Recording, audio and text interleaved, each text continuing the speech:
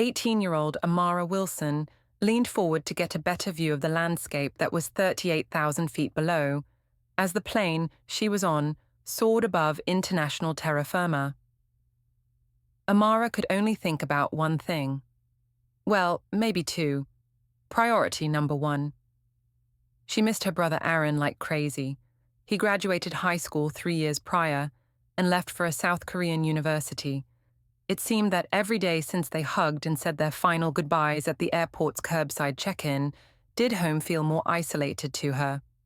The once happy Wilson nuclear family had become nothing more than a distant memory.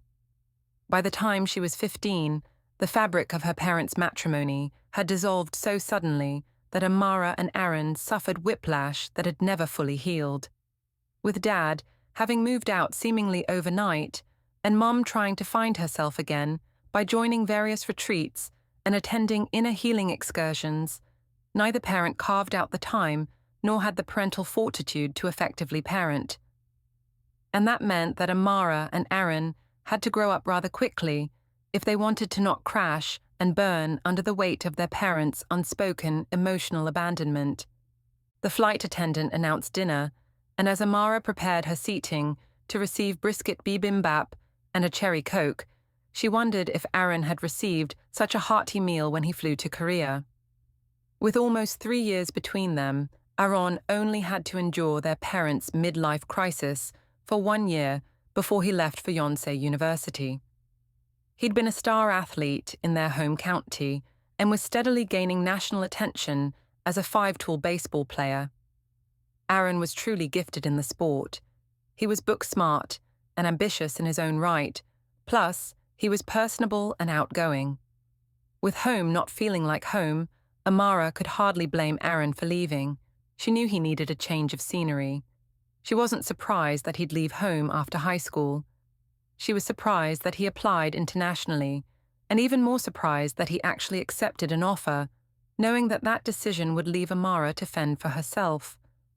Just thinking about Aaron's decision to study so far away made her feel anxious inside.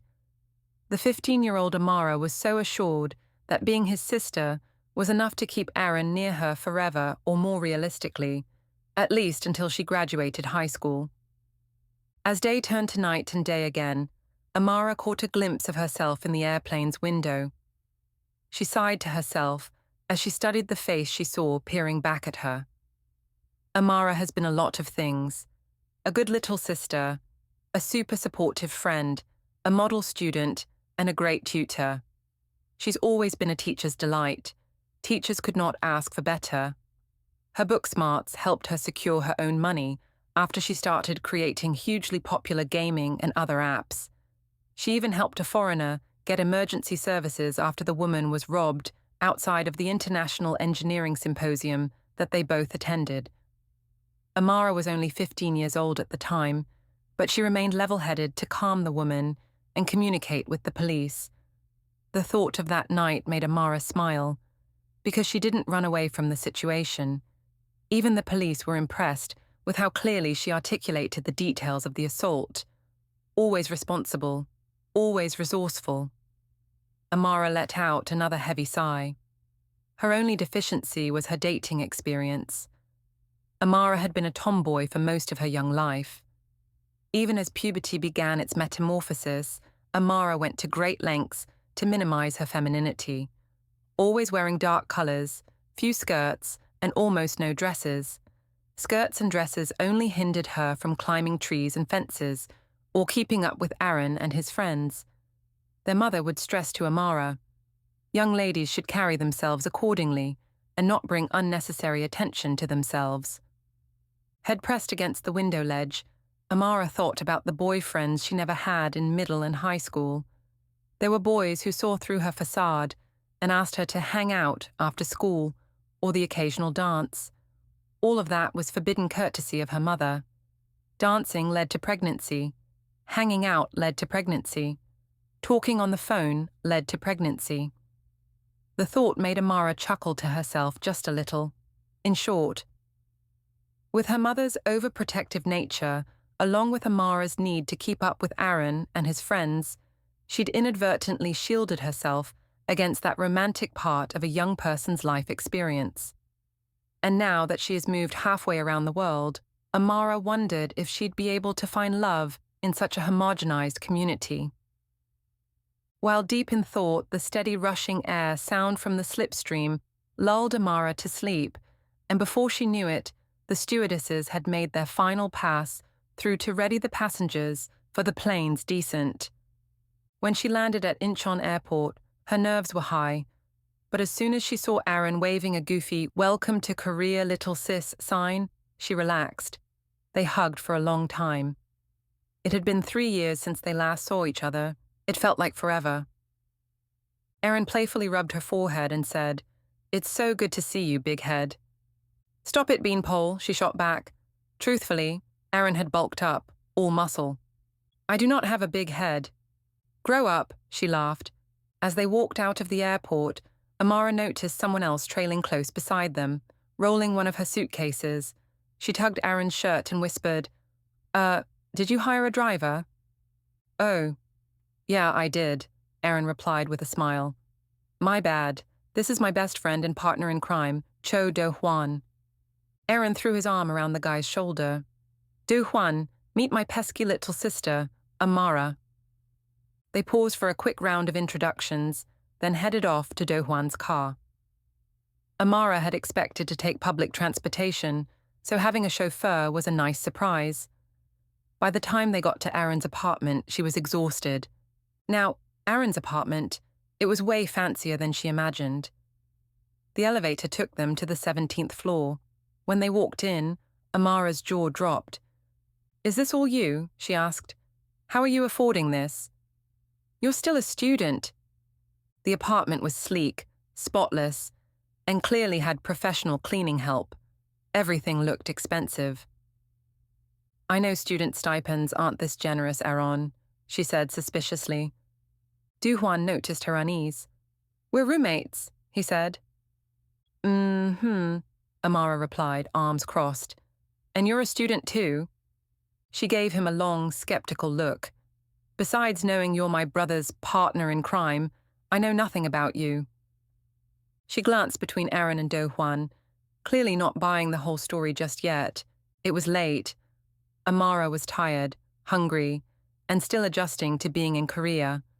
But seeing her brother again brought a sense of relief, especially when he offered her his bed and said he'd sleep on the floor. She gladly accepted. After delivery food and a hot shower, sleep came fast. The next morning, Amara groaned as she dragged herself out of bed. Her body ached from the long flight. Meanwhile, Aaron was already up, full of energy. She shuffled into the kitchen in her oversized t-shirt and runner's shorts. "Hello, brother," she said in a sing-song voice. Aaron grinned. "Morning, sleepy. You ready for my 3.5-star breakfast?" He was thrilled to have his baby sister there after 3 years apart. Amara bombarded him with questions. "So, what's on the agenda? Are we going sightseeing? Can I see my school? What about your campus?" Before Aaron could answer, Do-hwan walked into the kitchen, grabbed a plate, and smiled gently at Amara. "You sleep okay?" he asked. Amara nodded. "I could use a little more sleep, but I think we've got a busy day ahead." The day flew by. Do-hwan mostly stayed in the background, giving the siblings space. He was happy just to be around them. Being an only child, he treasured friendships that felt like family. Their friendship had always been pure. But something changed the day Aaron left. He'd just been recruited by a Major League Baseball team. His dream is finally coming true. He had 2 weeks to leave Korea and return to the States for spring training. It was chaos. And somewhere in that chaos, we barely said goodbye. Maybe that was the plan. Maybe none of us wanted to face the pain of parting. For over a year, it was always the three of them. Aaron, Do-hwan, and me. Movies, hiking, road trips. They were inseparable, a package deal. The room was quiet, save for the low hum of the air conditioning and the occasional shuffle of a duffel bag being zipped. Aaron's room looked half erased, drawers left open, his baseball cap missing from its hook, the scent of his cologne fading like the last trace of summer.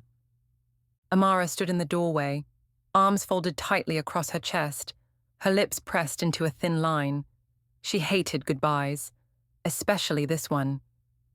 Aaron paused, his back to her, fingers resting on the strap of his bag. "So that's it?" she asked, voice brittle. "You're just leaving?" He turned to face her, his smile apologetic, eyes softer than they had any right to be. "It's not like I'm disappearing. This is the shot, Amara. I have to take it." "I know," she whispered. Her throat tightened.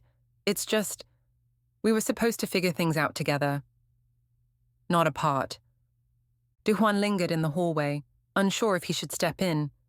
But when Amara's voice cracked, he moved quietly beside her, his presence unspoken but grounding. Aaron noticed, his gaze shifting. For a beat, something flickered across his face. Surprise, maybe something more. "You won't be alone," he said, almost to himself. "You've got someone looking out for you." Amara blinked, startled by the weight of his words. Her eyes found Do Hwan's, and for a moment, the noise of everything else fell away. There was a warmth in his eyes, one that hadn't been there before, or maybe she hadn't let herself see it until now. When Aaron stepped forward and pulled her into a hug, she held on longer than she meant to. The goodbye wasn't just about him leaving, it was about a chapter closing, about trust shifting from one person to another. "Take care of her," Aaron murmured over her shoulder, not to her, but to Do Hwan. It wasn't a question. It was a transfer of something sacred. Do Hwan nodded once, firmly. "I will." As Aaron walked out, Amara didn't chase him. She stood frozen in the threshold, tears brimming but refusing to fall. Do Hwan reached for her hand, fingers brushing hers gently. She didn't pull away. And just like that, in the empty silence Aaron left behind, something else quietly took root between them. Something neither of them fully understood yet. But it was there. The sun hung low, casting a copper haze over the terminal parking lot. The glass windows reflected streaks of orange and blue, but Amara didn't look up. She walked silently beside Do Hwan. Do Hwan matched her pace, glancing at her once, then again. "You don't have to say anything," he said finally, voice low. "But you can." She exhaled, long and unsteady. "I hate the way he left," she said. "It wasn't wrong. Just sudden, like I didn't get to prepare for the silence." Du Hwan nodded, understanding that silence all too well. "It's the kind that hums even when you're around people." Amara turned to him. Her expression cracked then, just slightly. "He's always been the one constant. My compass. I didn't think he'd be the first one to go." Du Hwan looked ahead, then back at her. "You don't have to figure everything out tonight." "Maybe not," she murmured. "But it feels like I'm supposed to start over. Alone." He stopped walking. "You're not alone." Amara looked up. He wasn't saying it to comfort her. He meant it. "I know I'm not him," Du Hwan continued. "I can't be. But if there's a place for me in this, in your life, even just to walk beside you for a while." She stepped closer, brushing a loose curl behind her ear. "Why do you care so much?" she asked. It wasn't accusatory, just soft, curious. He held her gaze. "Because I see you, Amara. Not just Aaron's sister, not just the girl who showed up halfway around the world chasing something familiar. I see who you are when no one's watching, and I like her." The air between them was fragile now, thin, delicate, threaded with something new. Amara didn't respond right away. She just nodded, eyes stinging but dry. Then, without thinking, she leaned her head against his shoulder. Not for comfort, for connection. And Do Hwan, silent and still, didn't move away. His hands stayed in his pockets, but his posture shifted, leaning just enough to meet her there. The ache of goodbye still hung in the air. But beneath it, something quieter pulsed. Beginning. 1 month later, Amara was in her dorm, laying across her bed and thumbing through pictures on her phone. One of her, Aaron, and Do Hwan popped up. She stared at it for a long time, and it dawned on her that she hadn't seen or spoken with Do-hwan since the night Aaron left. She felt bad, maybe guilty, for not keeping in touch with him. She stared at her phone's keypad and quickly typed in Do-hwan's number, but hovered over the green button. Maybe I shouldn't call. What if he's busy? Her thumb hesitated. I was acting all weird and emotional that night. Maybe he was creeped out by me. Or worse, maybe he sees me as a silly, immature 20-year-old. She didn't know what she was feeling, only that something in her chest had tightened when she thought about not hearing his voice again. She shook her head and pressed the phone icon. Almost immediately, Do-hwan picked up. Hello? Hi, Amara chirped, a little too cheerfully. She quickly cleared her throat. What you doing? Talking with you, he replied dryly, a trace of his usual banter in his voice. Okay, Mr. Funny, are you busy tonight? Tonight? Yes. Tonight as in before tomorrow, she giggled. If you have plans, that's okay. You can just say so. Do-hwan paused. He didn't have plans, but he didn't want to spend an evening with Amara either, not tonight. I have plans, he said. Maybe next time. Before she could get another word out, he excused himself and hung up. Amara stared at her phone, bewildered. How odd, she said under her breath. She shrugged, pretending it didn't matter. Maybe he really was busy, or maybe I was reading into things again. Still, the silence lingered. She told herself to let it go. Not used to having much free time, she decided to call Hye-jin, a new friend from her forensic studies class. Hye-jin answered with excitement. As it turned out, she and her boyfriend June had made plans, but June's friend was in town, and the setup was awkward. In-soo is his name, and he's really nice, Hye-jin said. I think you two will get along. You think so, Amara replied. Okay, tell me when and where, and I'll be there. She tried to sound confident, but really, her heart was pounding. She had never gone out on a date, any kind of date. What if I say the wrong thing? What if I do something weird? But she reminded herself it was just one evening, and she needed the distraction. She picked out a soft pink, multi-layered, boho-style, chiffon baby doll summer dress with a dark pink floral pattern and low-profile tennis shoes, just in case they had to walk a lot. The sleeves converted to an off-shoulder style, which she wore down. She tied a cardigan around her purse strap, just in case the evening got cool.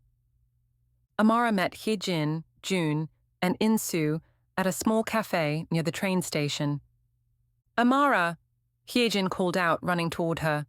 They clasped hands excitedly. Oh my gosh, you look beautiful. So do you, Amara beamed. Hye-jin introduced her to the boys. June was warm and easygoing. In-soo was more reserved, polite, but visibly surprised to see that Amara was African American. Amara offered him a big, genuine smile, trying to ease the tension. She wanted to enjoy herself and be as present as possible, but she could feel that the blind date was a stretch for him. In-soo introduced himself in broken English. Amara responded in Korean, and his eyes lit up with relief. That helped. At the arcade, the group played a few games and shared some laughs. Amara was surprisingly good at skee-ball. She didn't think much of In-soo's subtle glances. She didn't know if they meant anything, or if he was just being polite. Next stop was the movie theater for a late scary movie. That's when Amara started to panic. Just a little. She felt her nerves rising. Should she sit close to him? Should she let him put his arm around her, if things got tense? Her fingers itched toward her phone. I shouldn't, but maybe, just real quick. She redialed Do-hwan. On the third ring he picked up. A tired hello came through the line. Hi, Do-hwan, Amara said, trying to sound breezy. I don't mean to bother you, so I'll make this quick. I need advice. And don't laugh, okay? There was a pause. His voice was flat. Can this wait until tomorrow? No, silly. Just promise you won't judge me. That softened him. Okay, no judgment. What's going on? I'm on a date and we're about to watch a scary movie and... You're on a what? De-Juan sat up straight. A date, she repeated. You know, dinner, arcade, movie, that kind of date. There was a sudden tension in his voice. With who? She frowned. In-soo, Hyejin's boyfriend's friend. He was dead silent. I figured you or Aaron would know what to do in situations like this, she continued. So hear me out. Is it weird if he tries to put his arm around me during the scary parts? Or what if our hands touch in the popcorn bowl? What do I do? She waited, no answer. Du-Juan, she prompted. Are you listening? He was, but his thoughts were a whirlwind. Her first date. And she called me, not her girlfriends, not her brother, me. Why did that make his stomach twist?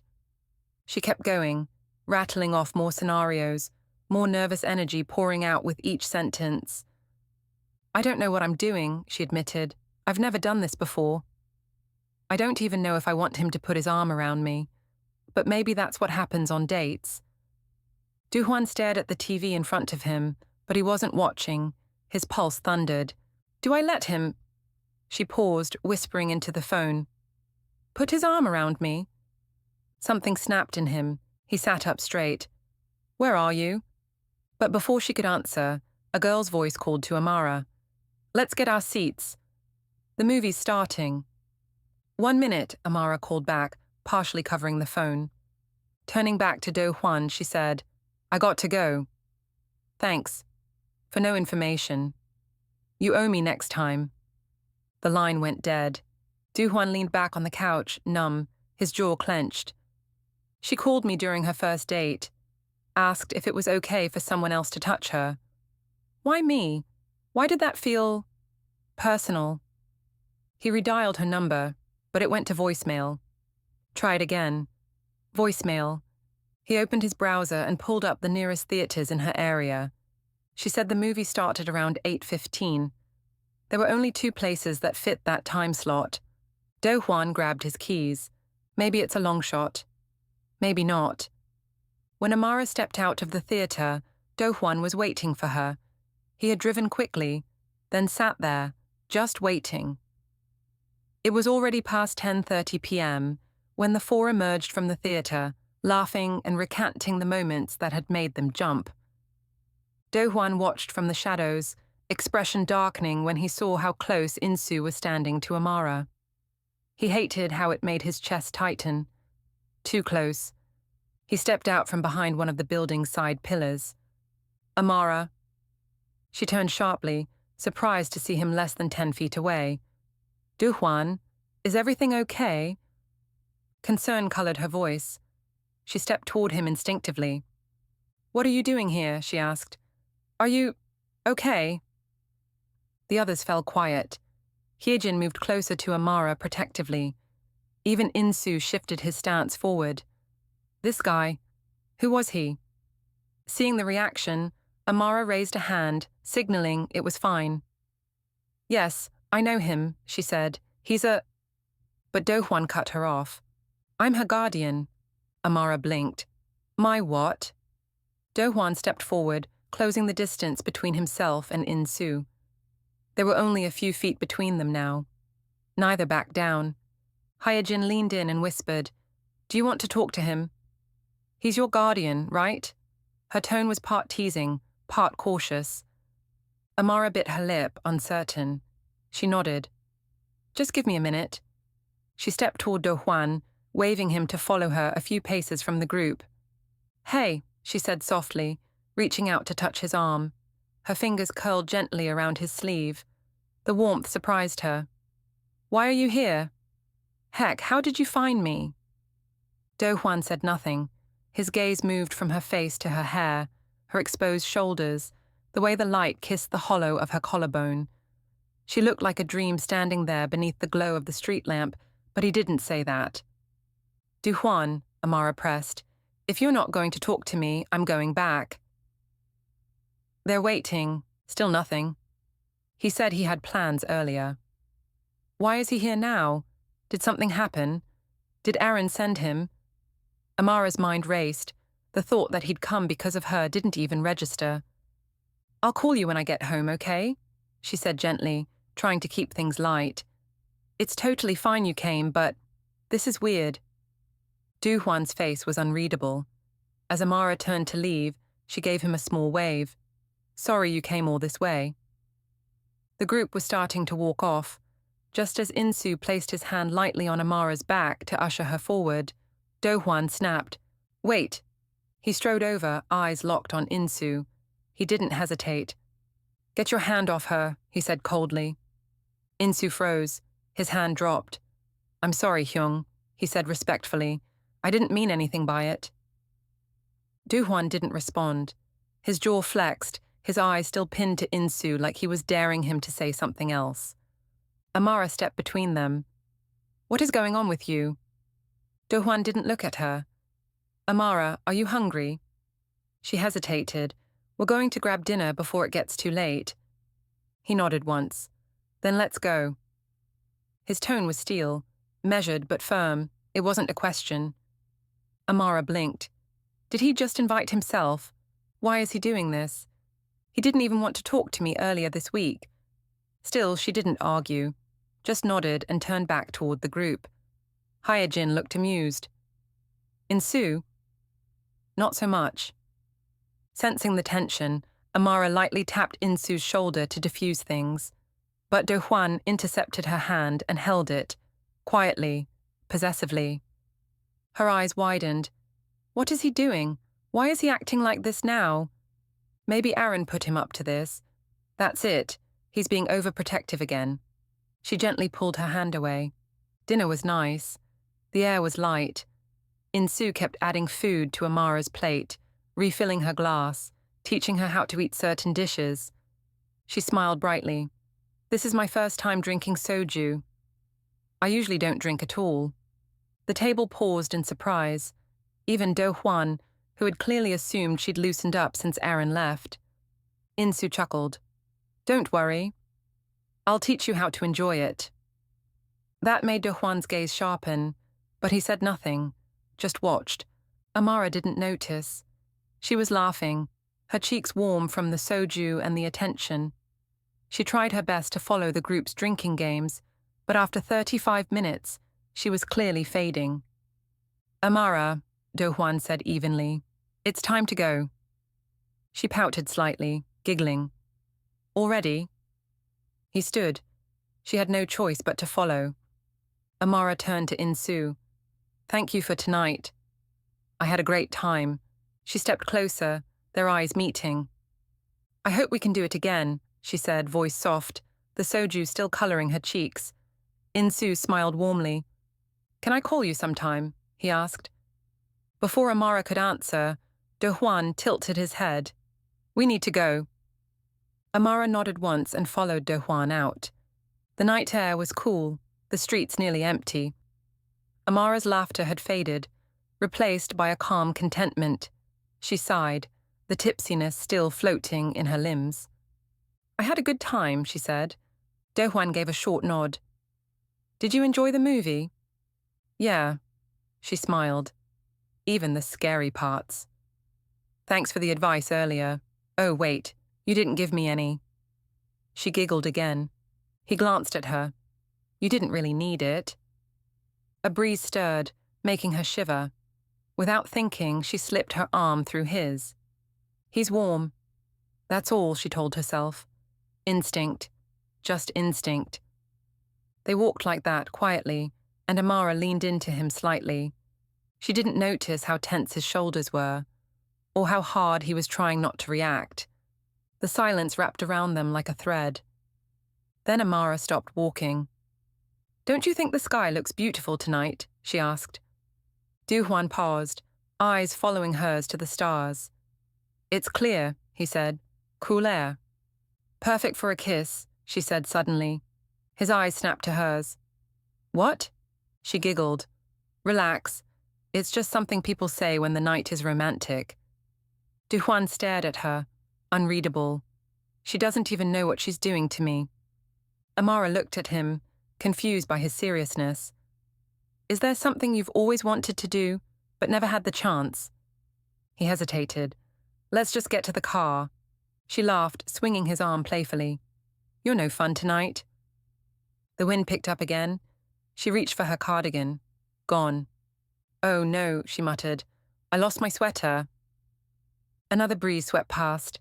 Amara instinctively curled into Do Hwan's side, pressing her face gently into his chest. He froze. Her scent, the warmth of her breath against him. It was too much. Amara, he said, his voice low. What are you doing? She looked up at him, trying to see if I could get a guy's attention tonight. His heart clenched. Don't say things like that. I'm serious. Her voice was quieter now. Insu didn't even try to kiss me. Didn't hold my hand. Maybe I tried too hard. Do Hwan turned to face her fully. Stop. Maybe I'm not attractive enough. Amara, he cut in. You are. Just stop. Let's go. The wind blew again. She looped her arm through his one more time. He didn't stop her. They walked the rest of the way in silence. Her confused heart fluttering. His breaking. After that night, Amara didn't see Do Hwan for another 9 weeks. She told herself it didn't matter, that she hadn't been able to seduce him. Clearly, he didn't see her as dating potential. That much had been written across his expression, so she redirected her energy. She spent more time with her friends, focused on landing a summer internship, and stopped replaying that night over and over in her mind. It was during a Saturday night event that they unexpectedly crossed paths again. Amara had plans to attend a massive water party where bathing suits were optional. The entertainment lineup was stacked, so the crowd was buzzing. She'd been talking to Insu regularly since their first date, and she was genuinely excited to go to the festival with him. At first, she wore shorts and a tank top, but once they arrived, Hyejin urged her to change into a swimsuit. With the weather being so hot and humid, pool attire made sense. Amara had worn a one-piece before, but never a two-piece, and she felt uncertain, even a little exposed. Still, she changed. The 4 of them, Amara, Hyejin, Jun, and Insu, became part of the pulsing crowd, soaked by sprays from water cannons as performers lit up the stage. Laughter, music, and mist filled the air. After the first performance block, they decided to head to the pool area, which was noticeably less crowded. Amara assumed it was only accessible to premium ticket holders. As soon as they entered, Hyejin paused. Amara, she whispered, leaning in. Is that your friend? She gestured across the lounge area. Amara followed her gaze and froze. There he was, Do Hwan, and he wasn't alone. A stunning woman stood beside him, tall, graceful, the kind of beauty that didn't need to try. They looked perfect together. Just then, Do Hwan looked up and spotted Amara. He offered a polite nod and a smile, strained, distant. Amara returned the gesture, her stomach tightening. The woman beside him leaned in to speak to him, her eyes still locked on Amara. Whatever she said made Do Hwan glance away and gently guide the woman forward, as if nothing had happened. Hyejin and Amara slipped away to change into their swimsuits. When they emerged, the effect was magnetic. Amara wore a delicate two-piece under a sheer wrap that clung to her in all the right ways. The fabric danced with her steps, revealing just enough to make hearts skip. Hyejin, equally stunning, walked beside her like they owned the moment. Every head turned, people stared. But Do Hwan didn't just stare. He seethed. From across the lounge, his eyes locked on Amara like she belonged to him, even if she never had. His expression hardened when Insu approached her with that smug smile. The way he touched her waist, the easy familiarity in his grip, the way she leaned into him like it was natural. It sent a rush of heat through Do Hwan's chest. That was his place. Or at least it should have been. He watched Amara toss her head back and laugh. The sound hit him like a siren. The girl who once burrowed into his chest, who teased him under the stars, was now giggling under someone else's hand. He hated the way Insu's fingers grazed her bare back, hated how she didn't pull away. He clenched his jaw, his fingers curling unconsciously. She was his weakness, and she didn't even know it, and now she was out here, radiant, breathtaking, someone else's. The sun hung low, casting a soft golden hue over the pool. Laughter bubbled from the far end, where Amara, Insu, Hyejin, and Jun had drifted, half submerged in warm water and flushed with fun. They'd started a slow game of pass the ball, splashing gently as they played. Amara's bikini top clung to her with delicate defiance, soft fabric and a few slender ties holding everything in place. With every overhead reach and twist, the knot at the back of her neck slipped just a little looser. She felt it, the tension slackening. She glanced at Hyejin, but her friend was too far and locked in playful banter with June. Without much thought, Amara turned toward Insu. Her voice barely rose above the ambient laughter. "Insu, can you fix this for me?" Her eyes dipped toward the neckline of her top. Insu froze for a breath, then nodded, his throat bobbing as he swallowed. He moved closer, the water rippling gently between them. As he reached around her, his fingertips grazed the bare curve of her neck, slow and tentative. His knuckles brushed lightly against her shoulder, then her collarbone. Her skin prickled at the sensation. She tilted her chin up and held the front of her top with both hands. He fumbled a little, nervous but focused. Their bodies were close. The distance between them charged. Amara smiled, soft and amused. "You okay?" He chuckled under his breath, adjusting the knot. "I'm trying not to mess up." "You're distracting," she laughed, low and warm, and he leaned in, close enough to murmur something against the shell of her ear. Whatever it was made her lips part, her head tilt slightly toward him. That was the moment. Duhwan's restraint shattered like glass. From across the pool, his stare sharpened. Heat surged through his chest, part jealousy, part possession, part something he couldn't name. He took a step forward, water lapping against his waist. Grace noticed the shift immediately. She reached out, her hand closing around his arm, just as his muscles coiled to move. "Where do you think you're going?" she asked, too sweetly, the warning tucked behind her smile. He didn't answer, didn't blink. His gaze burned into the space between Amara and Insu. The way her body tilted toward Insu, how her laughter danced just a little louder, how she didn't flinch under his touch, his fists clenched at his sides. Everything in him screamed to close the distance, to interrupt, to reclaim her. But he didn't move. He just turned, teeth grinding, and hoisted himself out of the pool. Water slid down his back in sharp lines. Grace stood frozen for a moment, then followed. "I think we should leave," she muttered, watching him closely. This time, Duhwan didn't say a word. Duhwan hadn't seen Amara in 9 weeks. He told himself that was fine, necessary even. She clearly didn't see him as someone to be missed, and maybe that was for the best. He kept himself busy, training, family obligations, quiet evenings with Grace when she reached out. She was uncomplicated, predictable. A woman who knew the rules and never pushed for more than what he offered. They had an arrangement, and for weeks it worked. Until tonight. He hadn't expected to see Amara at the Saturday night water party. He hadn't prepared for the jolt her presence would cause. One look at her in that suit, legs bare, hair coiled up, laughter light and carefree, and he forgot how to breathe.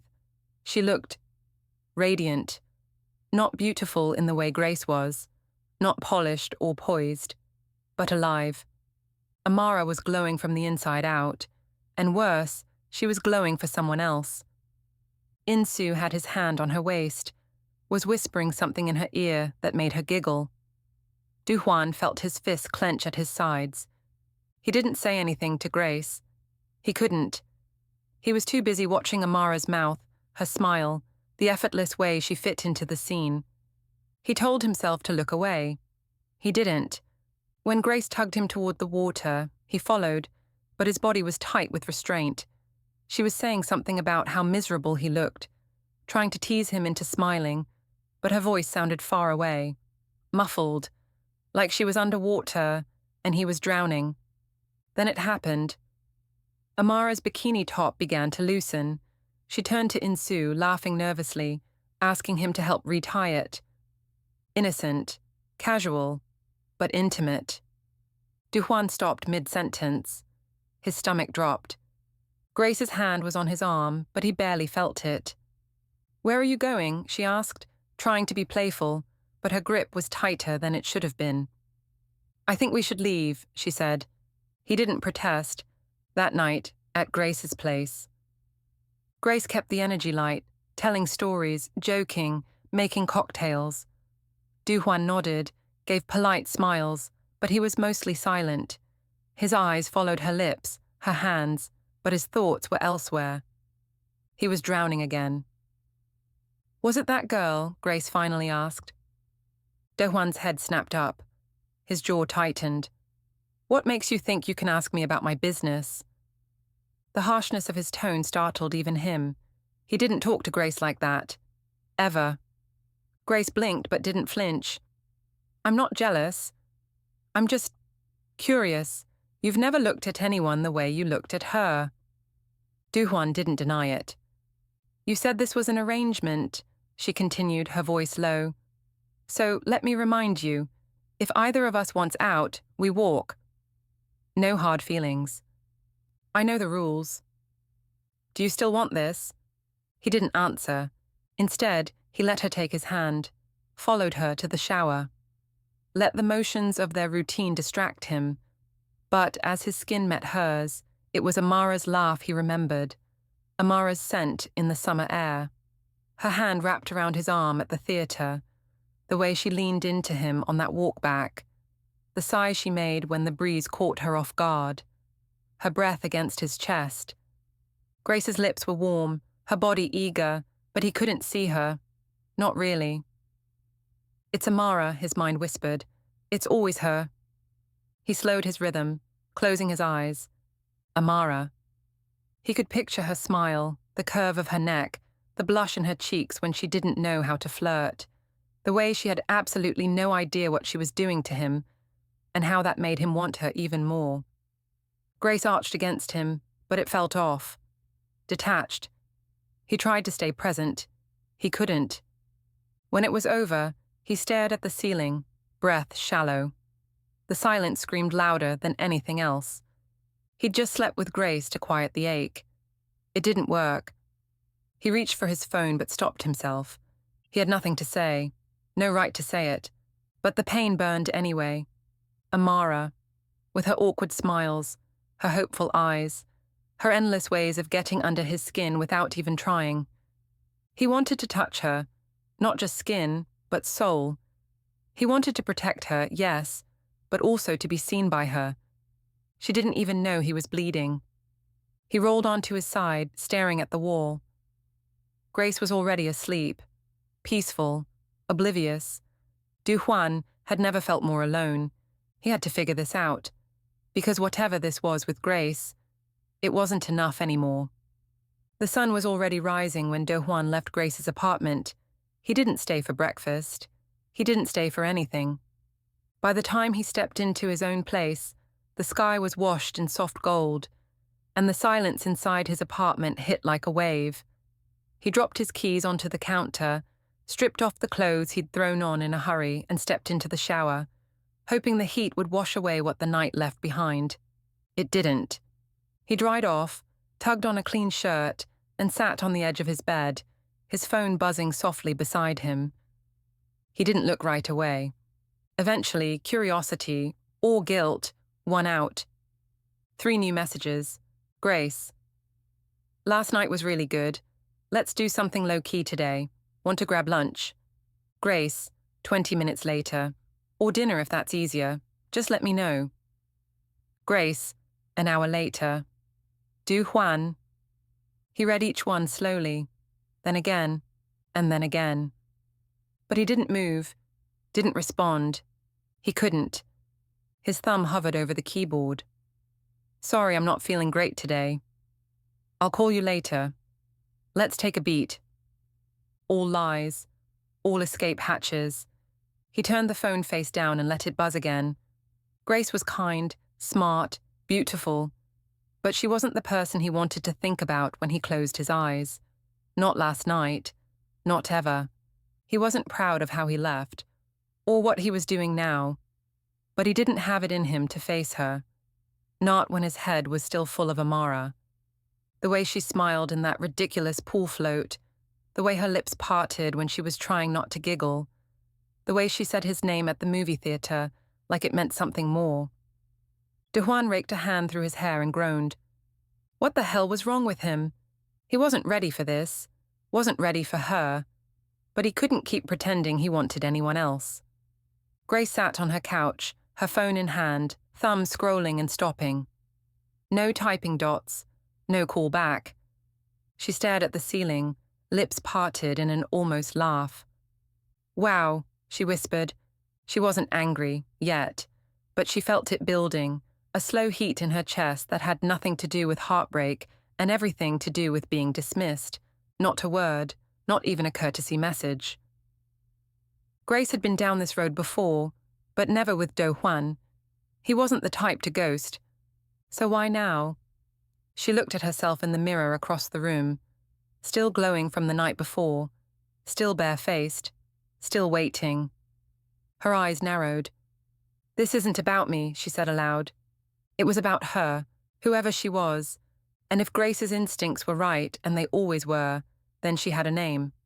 Amara, seen a few days later, outside Duhuan's building. Duhuan wasn't expecting anyone when the intercom buzzed. He was sitting on the floor of his apartment, back against the couch, watching a baseball game he wasn't really following. The buzzer broke through the quiet, and his heart stuttered. He checked the screen. Grace. Shit. He didn't move, just stared. Another buzz, then a text. Grace. I'm outside. Don't make me regret coming here calmly. He considered not answering. Then he stood, jaw clenched, and hit the unlock button. The knock came sharp, not tentative, not friendly. Duhuan opened the door, and there she was, Grace. Her posture crisp, her mouth tight with something too calm to be fury, too sharp to be polite. He stepped back silently to let her in. Grace walked past him like she owned the room, like she'd been here too many times to feel small now. She stood near the window but didn't look out. She turned, arms crossed, eyes narrowed. So this is how you're moving now? Duhuan said nothing. He didn't know what she wanted him to say, that it wasn't personal, that it didn't mean anything, because that would be a lie. You're not answering texts. You're not returning calls, she said. You ghosted me. He rubbed the back of his neck. We don't owe each other updates, Grace. That was the deal. Right, she said, nodding slowly. That was the deal. And I've played by it. I didn't ask for more. Duhuan looked at her. Then why are you here? Her laugh was quiet, humorless.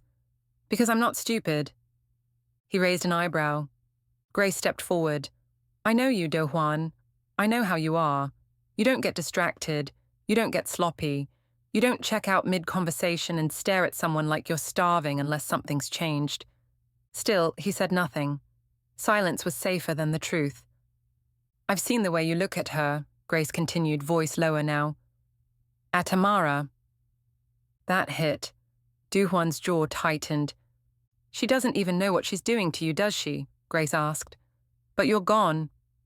Checked out. I saw it all over your face the other night.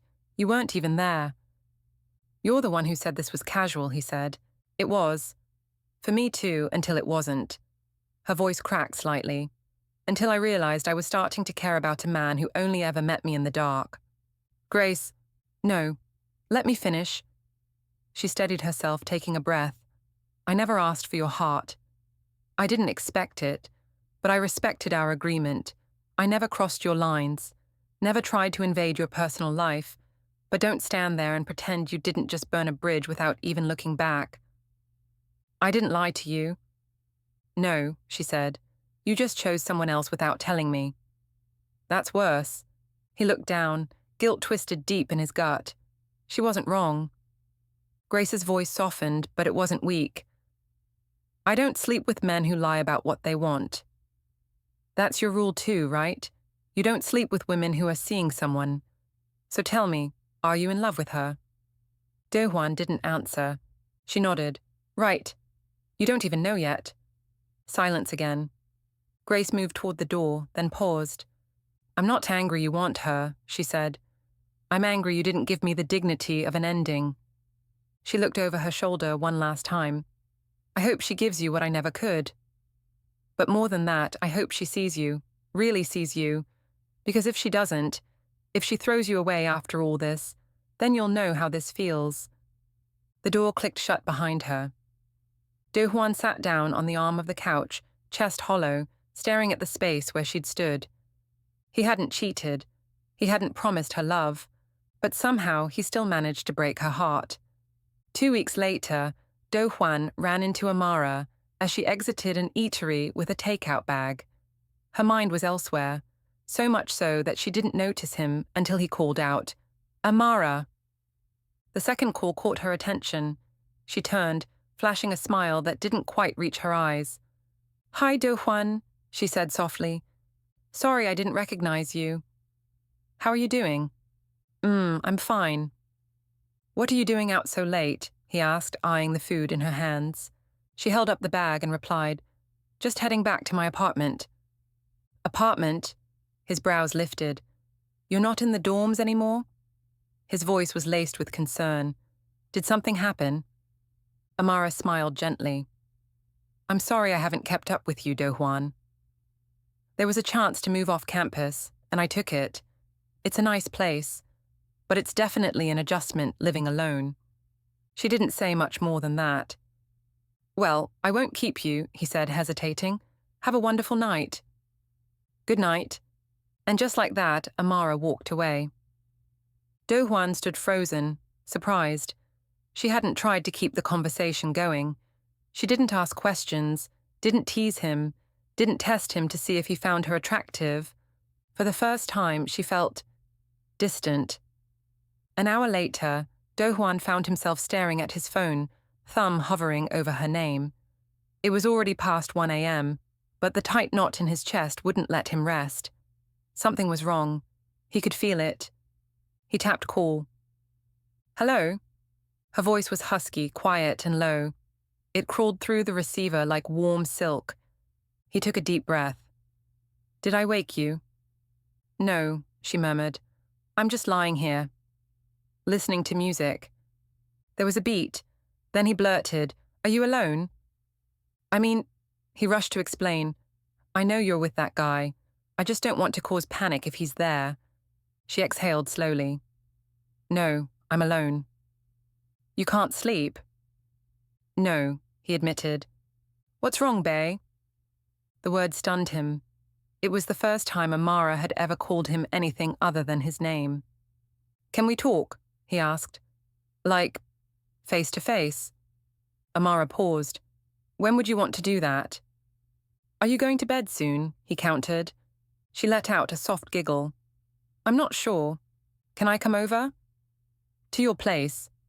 Now. He didn't understand why he'd said it like that, so abrupt. I don't know if that's a good idea, she said honestly. I'm kind of a hot mess right now. I just got out of the shower. What are you wearing? She laughed. What am I wearing right now? Yeah, like, in this moment, he added, it's starting to rain. Maybe you should bundle up. It sounded dumb in his ears, but the real reason lingered between the lines. She laughed again, more freely this time. Come over and see for yourself. Then we can talk about whatever you want. She ended the call and dropped him a pin. Amara set her phone down and cried, just a little more. Insu had enlisted, and he'd waited until the last possible moment to tell her. He'd be gone for 2 years, just like that. Their 90-day relationship was over. Amara had been lost in thought for so long that she forgot she was only wearing a tank top and panties when she answered the door. Do-hwan's breath caught in his throat. He tried to look away, but couldn't. They stood there, staring at each other for a few seconds longer than what was comfortable. Amara, you're not dressed," he finally said. "You wanted to know what I was wearing," she replied. Then she turned away and walked down the hall, leaving him with the image of her bare legs and damp hair. "I'll be right back." When she returned, she was wearing a crisp button-down shirt, too large for her frame, too formal for the mood, but it gave her a thin layer of protection. "Is this better?" The lighting in her apartment was dim. Warm yellow twinkle lights hung over the curtain rod. A scented candle flickered on the table. One of her R&B playlists played softly in the background. Amara poured 2 glasses of wine, something she and Insu had picked out before things ended. "Would you like something to drink?" Do-hwan sat at one end of the sofa, nerves firing on all cylinders. Amara took a long sip of wine and sat opposite him. She wasn't a drinker, but she was trying to push her emotions down. "I want to talk," she said. "Not because I'm asking for a response. I just want to be clear about some things." Do-hwan opened his mouth, but she beat him to it. "Do-hwan." He stilled. She wasn't looking at him. Her gaze was out the rain-streaked window. "Yes?" he replied. "Insu and I broke up." Her voice was flat, final. "He's gone." He enlisted. She sighed, took another sip of wine. "Are you okay?" "I don't know," she whispered. "He's a really good guy." She was about to say more but stopped herself. What was the point? A long silence passed. "Can you do me a favor?" Do-hwan looked up. "Before you tell me why you came here, can you agree to stay the night with me?" His brows jumped. "What?" "I don't know if I can do this," he muttered. "I don't trust myself. I don't know if I can lie next to you and not want to touch you." "I think you're overthinking it, bae." There it was again. That word, that nickname. It wrecked him in ways he didn't expect. "Tell me what you want to do to me," she said, voice low and deliberate. Her boldness knocked the wind out of him. She rose from the sofa and crossed the room slowly. "Please don't think of me differently." Amara straddled his lap, knees planted firmly on either side. "May I kiss you?" Do-hwan didn't answer. He didn't need to. He grabbed her face and kissed her hard. Her lips were soft and warm, but the hunger in the moment was electric. When she bit his bottom lip gently, something snapped. He flipped her onto the couch and pinned her there, alternating between kisses on her neck and lips. Her back arched into him, body matching every movement with its own urgency. Time collapsed. They stayed tangled up in that storm of sensation until the air between them cooled. When they finally separated, neither could meet the other's gaze. "Thank you," Amara said, quiet but steady. Do-hwan stood. I gotta go." "It's late," she said, rising too. "Stay. You don't have to run. I won't pressure you for anything. You've had wine. You shouldn't drive in this weather." Without waiting for a response, Amara grabbed a pillow and blanket and set them down at the far end of the couch. Before disappearing into her bedroom, she turned back to him. "The girl you like, she's lucky to have you. Take care of her. Take care of what you treasure. I'm sure she'll do the same." She paused at the doorway. "Girls are like that, you know. If you need anything, let me know. I'll be up for a while." And with that, she disappeared behind her bedroom door. Alone now, Do-hwan sat in the silence. A moment later, Amara heard the front door open and close. Amara closed her bedroom door, leaned against it, and exhaled slowly. She peeled off the oversized business shirt and slipped beneath the covers, but sleep didn't come. Not easily. Not with her thoughts spinning the way they were. She stared at the ceiling where shadows from the rain trickled down like ghosts. One of her playlists had drifted to a quiet instrumental, and for a while, the room filled with nothing but piano and rain. She wished she could talk to someone. Anyone. What had happened between her and Insu 2 weeks ago still haunted her, not in regret, but in confusion. It hadn't been planned. They were alone in his apartment, the summer sun soft and golden through the blinds. A kiss turned into more, and one thing led to another. She remembered how careful he was, how patient. His hands were steady, and he'd looked at her like she was something fragile, something sacred. For her first time, she could not have asked for more gentleness, but the morning after, when she rolled over and looked at him asleep beside her, something ached. It wasn't sadness, not exactly. It was the beginning of the end, because he hadn't told her. Not until the night before he left. Insu had enlisted, and his family was relocating. It would be impossible to see each other, and he'd made the decision alone, without her. She couldn't decide what hurt more, that he left, or that he hadn't trusted her with the truth sooner. Was it cowardice, strategy, or just inevitability? Amara didn't want to think the worst of him. She didn't believe he had used her, not entirely. But something gnawed at her in the quiet moments, like now, when the room was dim and her skin still held the memory of his touch.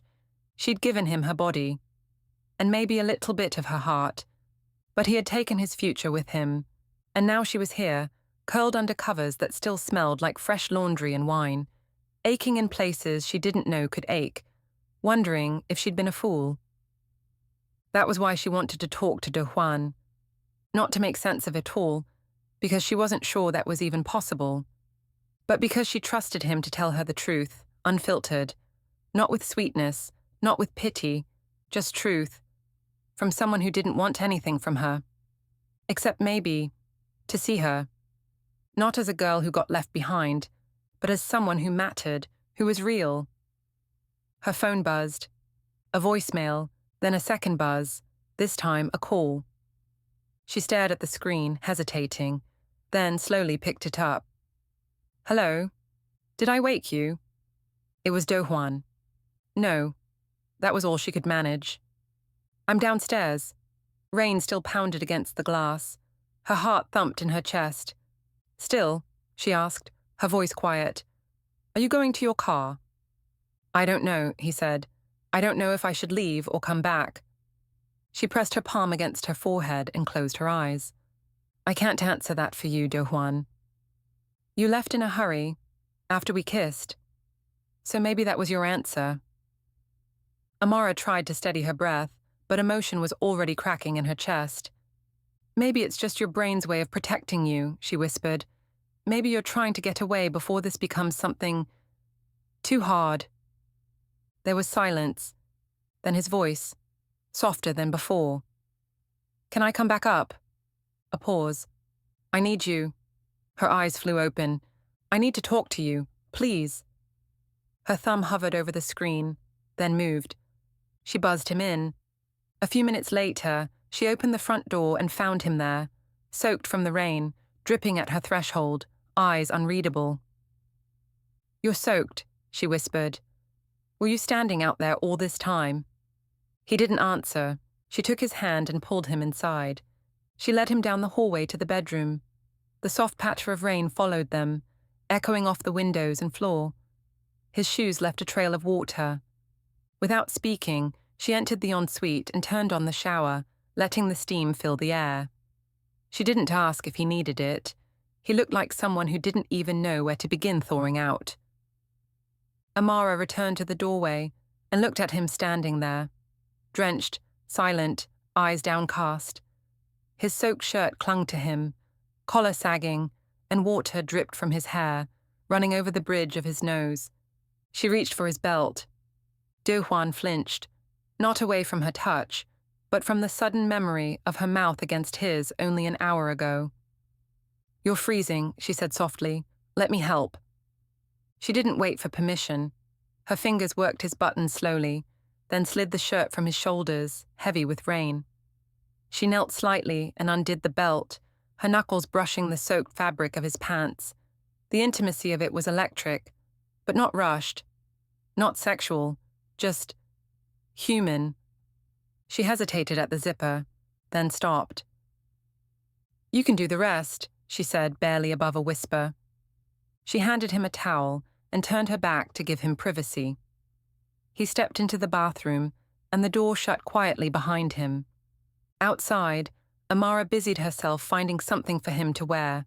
She rummaged through her drawers and pulled out a pair of soft men's basketball shorts. Grey, the drawstring still intact, and one of her oversized white tees. They'd do. By the time she laid the folded clothes on the sink, the mirror was fogged, and Do Hwan was just stepping out of the shower, hair plastered to his forehead, skin flushed from the warmth. She didn't linger.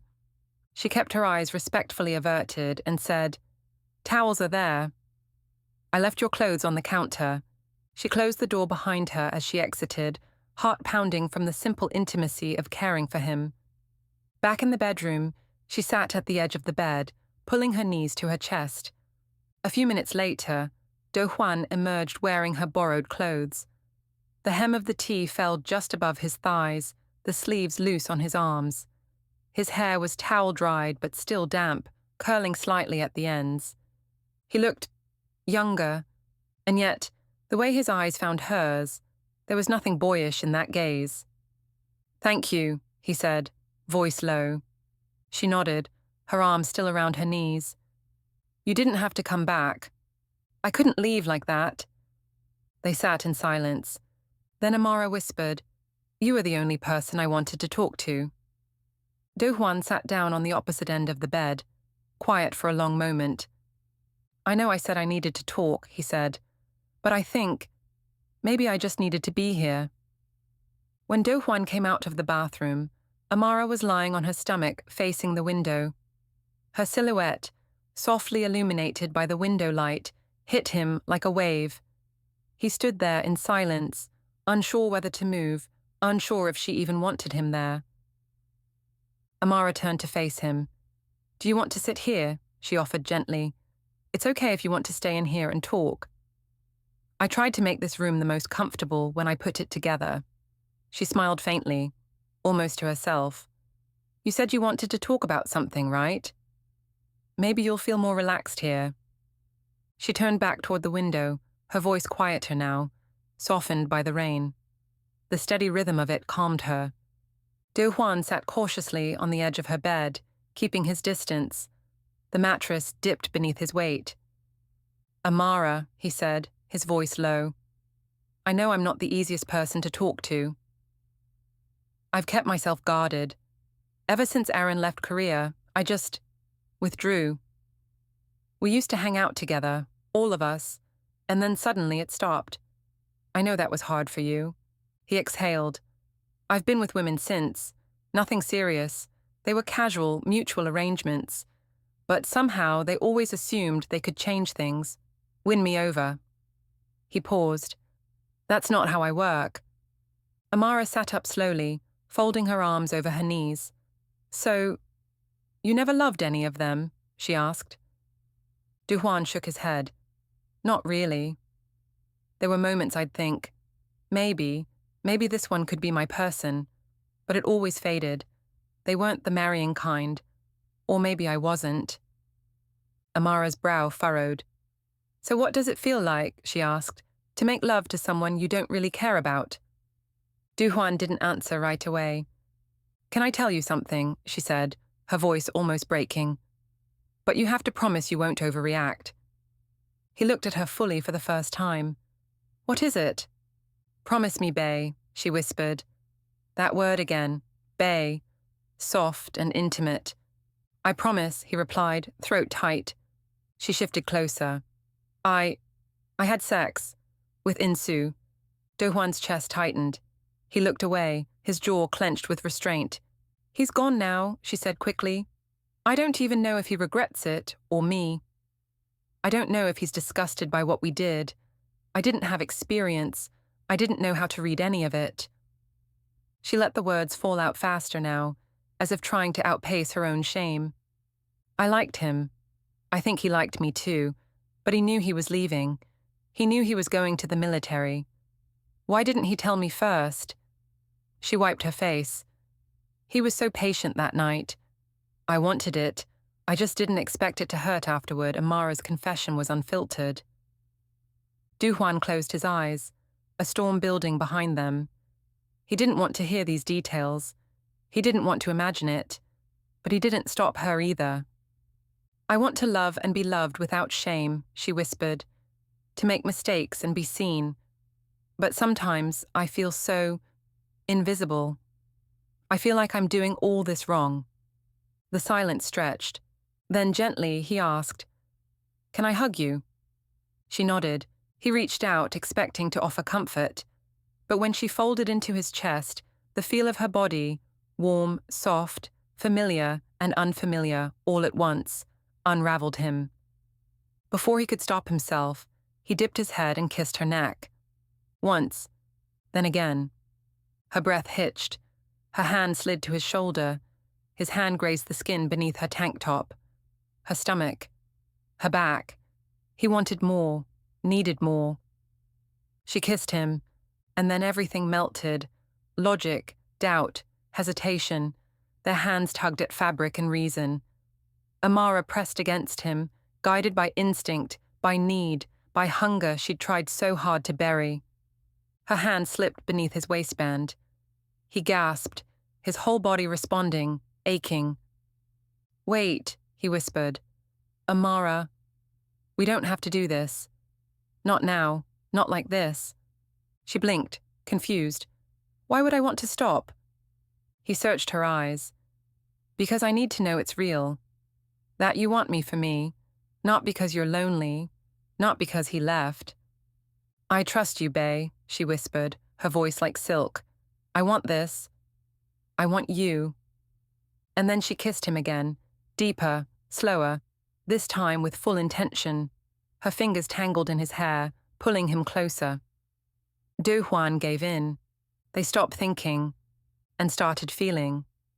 What remained of the night sky had just begun to fade into early morning. As the last of the stars disappeared, Amara stirred in the warmth of Do Hwan's arms. Their energy had been spent, but the afterglow still pulsed quietly between them.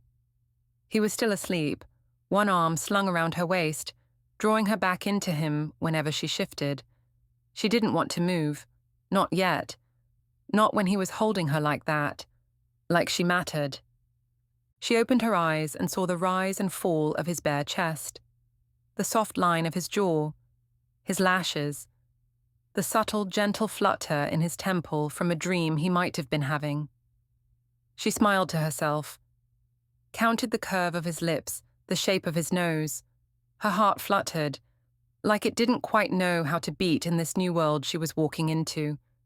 If not for the need to use the restroom, Amara would have stayed curled against him.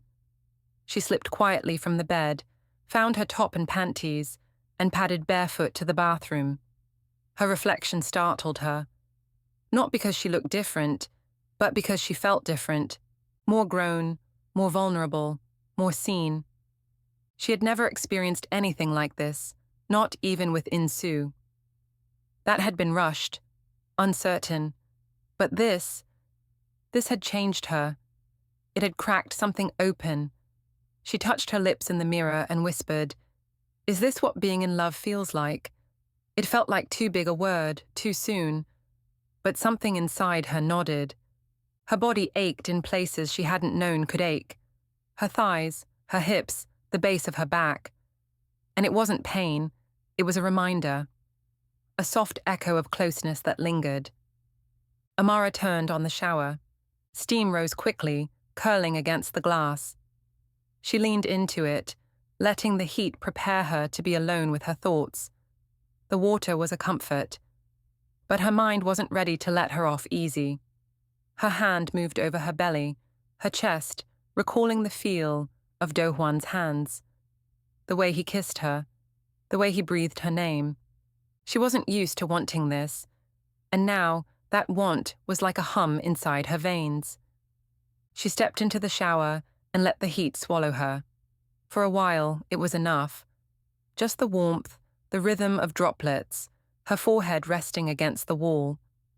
But then her thoughts circled back to him, his mouth on hers, his hand steady but hesitant. The way he looked at her, like she was something fragile, precious. Her fingers drifted lower, her body responding faster than her mind could quiet. Her breath hitched. She tried to still herself. "Stop," she whispered, but she didn't stop. She didn't hear the knock. She didn't hear him enter. When she opened her eyes, he was there. Standing just outside the shower, his hair tousled, the corners of his mouth turned upward in a soft smile. "I knocked," he said. "Do you want to be alone?" Her heart skipped, her pulse raced. She reached for the curtain, pulled it back slowly. The steam between them swirled like fog. "Or can I join you?" he asked. She gave him one small nod, and that was all it took. He stepped inside, his arms brushing hers, his warmth adding to the steam. He didn't touch her right away, just looked at her, waited. "You can touch me," she whispered. Her hands guided him, one to her hip, one to the small of her back. And then there was only water, breath, the feeling of being known. Duhuan's lips found her shoulder first, then the hollow of her throat, her breasts. She gasped, clutching his arms for balance as pleasure overtook her thoughts. Her hands roamed over his back, his chest. He was solid, grounded, but he trembled too. "I want you again," she said softly, eyes searching his. "Is that okay?" He kissed her then, deep, slow, like he needed her answer to sink in. "I want you in me," Amara whispered. Dohuan shook his head no. "You cannot have this." Amara shot him a look, and then she grabbed his manhood and gave a firm pull. "Are you sure?" she replied. A cheeky smile crept across his face. "You'll give me what I want," she said with playful authority. Amara slowly descended the wall and found his determination. Duhuan watched, anticipating what was to come. Amara took him like a ravenous animal. He gasped. The warmth of her stunned him. She licked and worked her way around his canvas, and in between gasps, Amara interrogated him, using his new moniker, Bay. Amara's insistence to know if here the spot was, or was it there? A nibble, a question, a lick, a question. Her inquisition tactics confused his already hazy mind. Duhuan had been reduced to one-syllable word.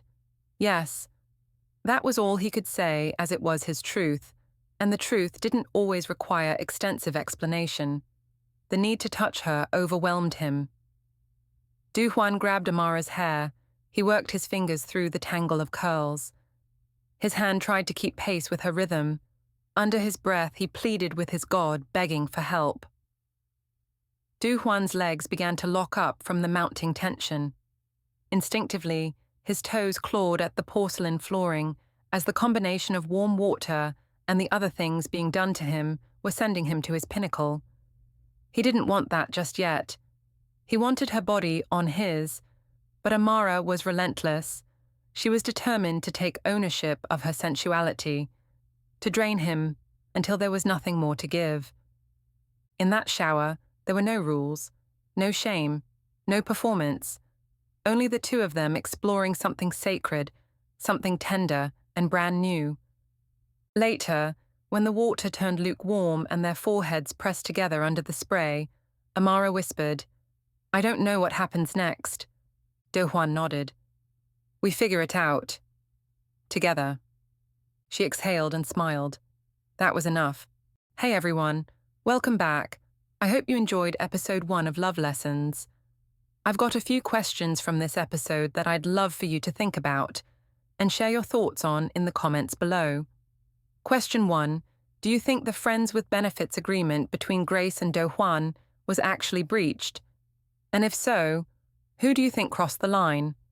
Grace or Dohuan? Question 2. Did Grace overreact? Or was Dohuan maybe a little too aloof about their situation? Question 3. At the end of their relationship, do you think Insu used Amara for sex, knowing he'd be leaving soon for basic training? And question 4. Could you have been as confident as Amara was when she was with Dohuan in that bathroom scene? Everyone reads these moments differently, so I'd love to hear your take. Drop your thoughts in the comments, whether it's one question or all of them. Thanks for watching, and stay tuned for episode 2.